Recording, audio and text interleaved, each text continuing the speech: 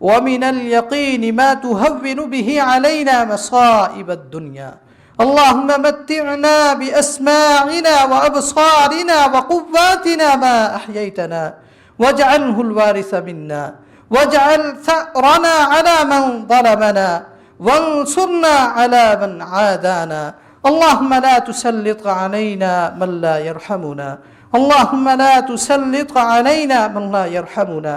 اللهم أعز الإسلام والمسلمين، اللهم أعز الإسلام والمسلمين وأذل الشرك والمشركين ودمر أعداءك أعداء الدين. واجعل اللهم هذا البلد آمنا مطمئنا وسائر بلاد المسلمين.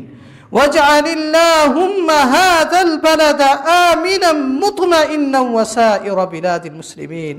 اللهم انصر المسلمين في كل مكان، اللهم انصر المسلمين في كل مكان. ربنا اغفر لنا ولإخواننا الذين سبقونا بالإيمان ولا تجعل في قلوبنا غلا للذين آمنوا ربنا إنك رؤوف رحيم. اللهم اشف مرضانا ومرضى المسلمين، أذهب البأس رب الناس واشف أنت الشافي، لا شفاء إلا شفاؤك شفاء لا يغادر سقما. اللهم اشفهم شفاء كاملا عاجلا غير آجل.